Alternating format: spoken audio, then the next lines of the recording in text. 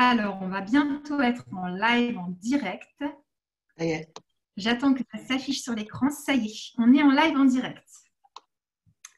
Alors, bienvenue dans votre émission sur la libération de vos émotions. Nous allons parler de libération des peurs, des phobies, des angoisses. Et aujourd'hui, nous avons une invitée, Sabine Camus-Etienne, qui est au téléphone avec nous. Bonjour Sabine. Bonjour Amélie, bonjour Maëlys, et puis bonjour à tous. Salut Sabine. Salut. Salut. Donc, il y a des fois un petit décalage, hein, c'est pas très grave. Alors, Maëlys, est-ce que tu veux bien nous expliquer ce qu'est la résolution émotionnelle et comment ça se passe? La résolution émotionnelle, c'est une capacité naturelle qu'on a, comme la cicatrisation du corps, que l'on va pouvoir utiliser quand on est dans des situations où on a l'impression qu'on va perdre le contrôle, qu'on est bloqué, qu'on est coincé, qu'on se sent pas bien dans la situation. Et là, on va fermer les yeux, observer les sensations qu'on a dans le corps. Ça peut être type mal de tête, mal de ventre, des fourmis dans les jambes. Et ces sensations-là, on va les observer. Elles vont bouger, elles vont évoluer, elles vont se transformer dans le corps. Ça va durer quelques dizaines de secondes. Et puis à un moment, il n'y aura plus rien comme sensation. Ça va s'arrêter. On va rouvrir les yeux. Et là, on va pouvoir se reconfronter à cette situation pour vivre émotionnellement la situation, mais sans avoir cet impact sensoriel qui nous fait perdre le contrôle. Ok, donc tu veux dire qu'après ça, on est bien en fait, émotionnellement et physiquement. Bien, ou il se passe juste rien physiquement. On peut être toujours en colère, mais on n'est plus débordé par la colère. On peut être toujours triste, mais on n'est plus débordé par la tristesse. Ça ne nous fait pas faire des choses qu'on ne contrôle pas. D'accord, super, merci beaucoup. Alors Sabine, je veux bien que tu nous expliques le lien entre résolution émotionnelle et le sommeil.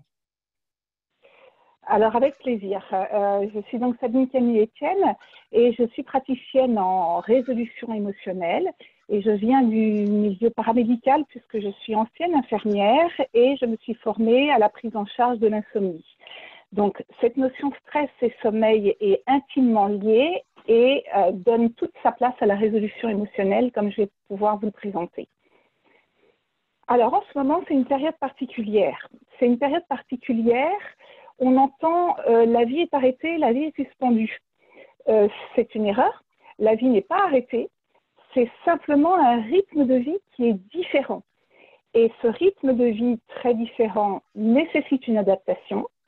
Et c'est cette adaptation qui peut être plus ou moins fluide et qui va générer du stress. Donc, tout est différent en ce moment. Par contre, il y a une constante, c'est notre présence et c'est notre corps.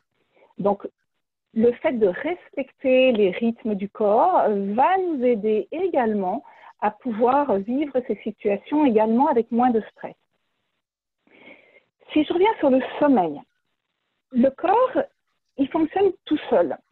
Il y a un fonctionnement automatique, ce rythme alterné, éveillé-sommeil, avec un petit chef d'orchestre qui est l'horloge biologique.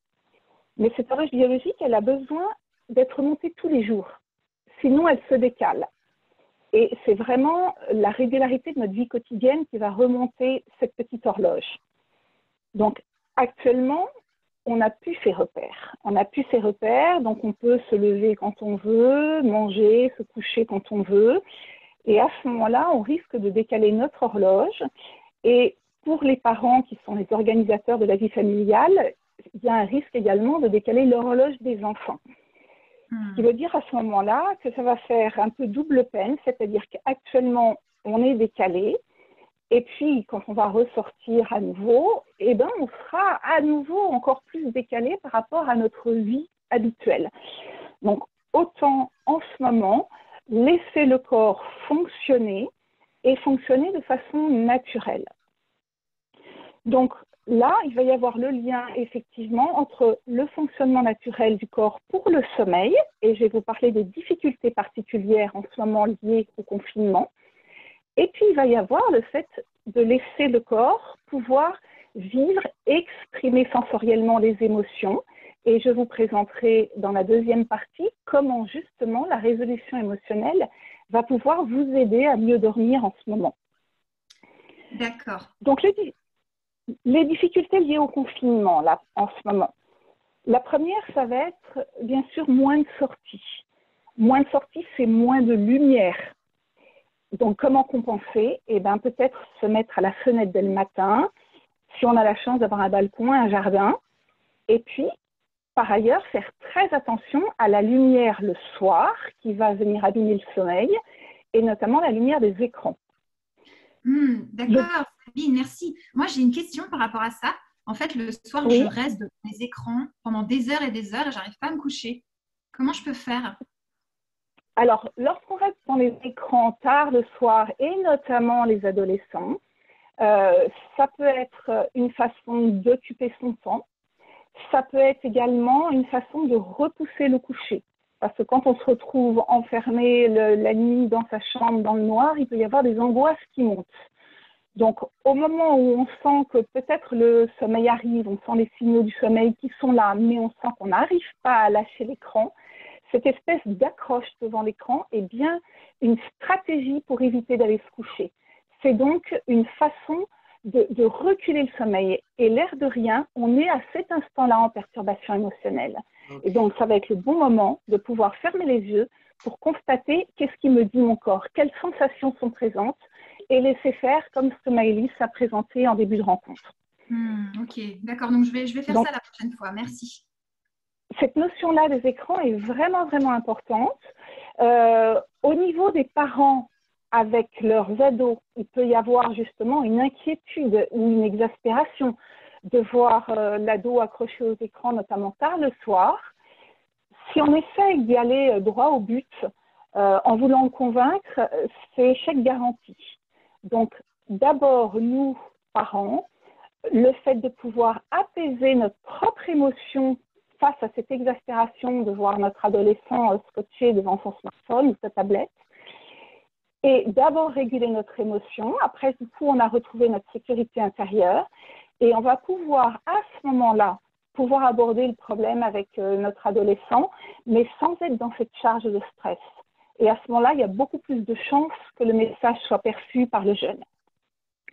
Donc ça, cette notion de lumière dans la journée, y compris devant la fenêtre, et attention à la lumière le soir, c'est le premier point pour régler l'horloge biologique. Le deuxième point, ça va être la notion d'activité physique. Donc, en ce moment, elle est réduite. Je vous propose de pouvoir continuer à bouger, bouger dans la maison, pour les petits, leur faire des petits parcours, etc. Danser, suivre des séances de gym en ligne, mais pas le soir. Et ça remonte trop l'activité du corps, ça remonte trop la température intérieure. Donc, si vous sortez pour faire du jogging, plutôt dans la journée et pas le soir.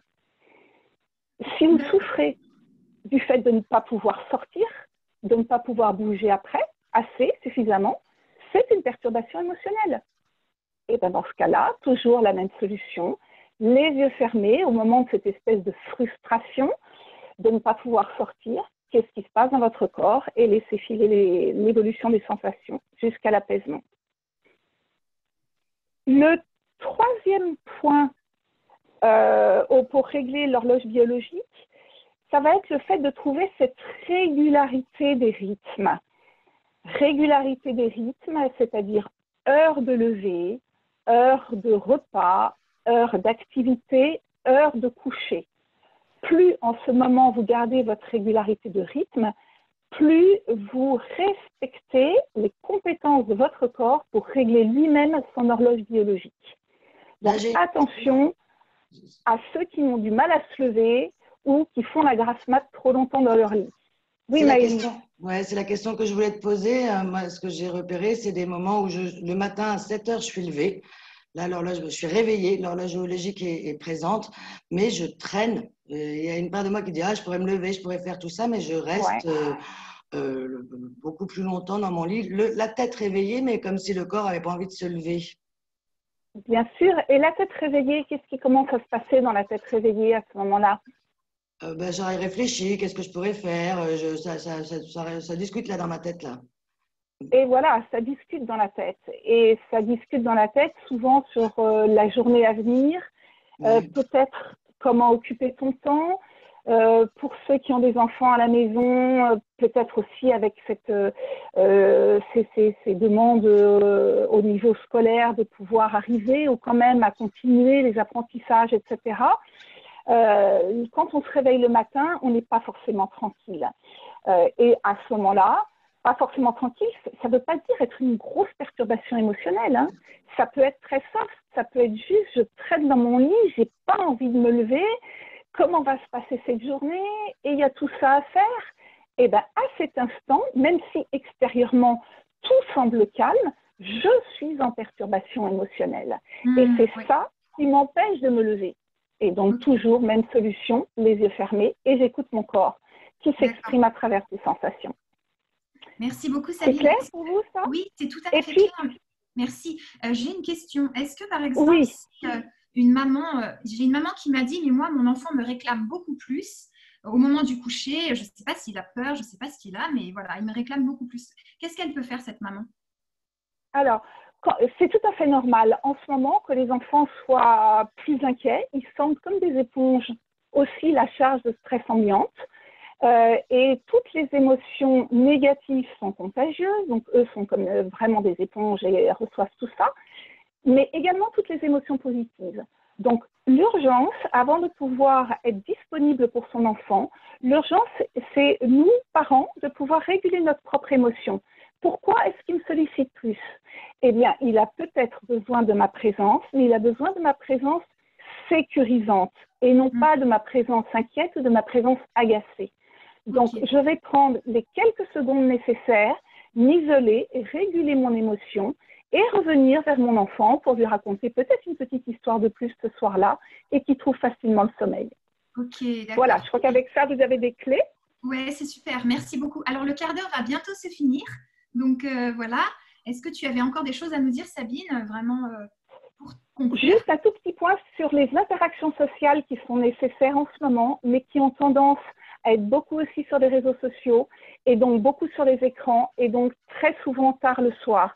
Privilégier les interactions sociales un tout petit peu plus tôt dans la journée plutôt qu'en fin de soirée.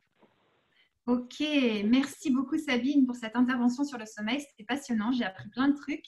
Maëlys, est-ce que tu veux nous redonner la procédure, le processus? Oui, tout à fait. Juste, je voulais aussi conclure là en disant, moi, ce que j'ai entendu, c'est plus on peut réguler dans la journée les vécus émotionnels un peu perturbés, plus on va alléger notre possibilité d'avoir un sommeil réparateur. Bien sûr, parce que vous videz au fur et à mesure votre sac à dos plutôt que de vous endormir avec vos angoisses. À chaque perturbation de la journée, vous régulez immédiatement. Très bien. Et donc, réguler, ben, ça veut dire quoi? Ben, par exemple, moi, demain matin, quand je vais être dans mon lit et que je vais commencer à un peu cogiter, ben, quand je vais m'apercevoir que je suis dans cet état-là, je vais fermer les yeux, je vais observer les sensations que je vais ressentir physiquement dans mon corps, accélération cardiaque, ventre, tête, jambes. Ça sera différent à chaque fois, peut-être à chaque régulation, mais dans celle-là, je vais observer ces sensations, elles vont bouger, elles vont évoluer, elles vont se transformer jusqu'à ce qu'elles disparaissent complètement. Et puis là, je rouvrirai les yeux et puis, a priori, je resterai plus coincée dans cette situation. Je vous raconterai. Super Maëlys, on a hâte de savoir la suite. Merci Sabine. Beaucoup. Merci beaucoup. Merci à tous. Merci Maëlys. Et samedi, dimanche midi, on a une intervention d'une personne qui va nous parler sexualité. Confinement et sexualité, que ce soit pour les couples ou que ce soit pour les célibataires. Ce confinement, ça a des conséquences très concrètes. Et elle va venir nous en parler, comment est-ce qu'on peut utiliser la résolution émotionnelle pour pouvoir régler ce type de difficultés quand elles se présentent. Génial. Et ben, on se réjouit d'entendre Lauriane avec nous dans notre émission. On se retrouve demain à midi, entre midi et 1h s'il y a un léger différé. Et vous pouvez nous retrouver sur notre site internet peuravec1s.info. À bientôt. Au revoir. Au revoir. À demain. Bim. Tu peux couper l'enregistrement.